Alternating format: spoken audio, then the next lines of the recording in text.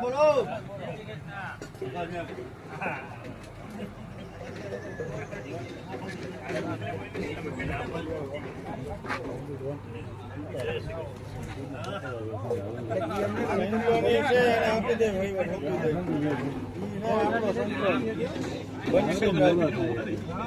વહેલું કહી દેવાય ને ગમે મોકલાય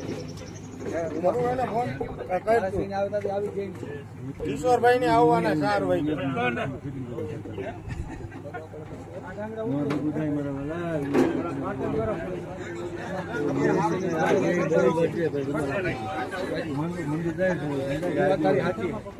મારું મૂકી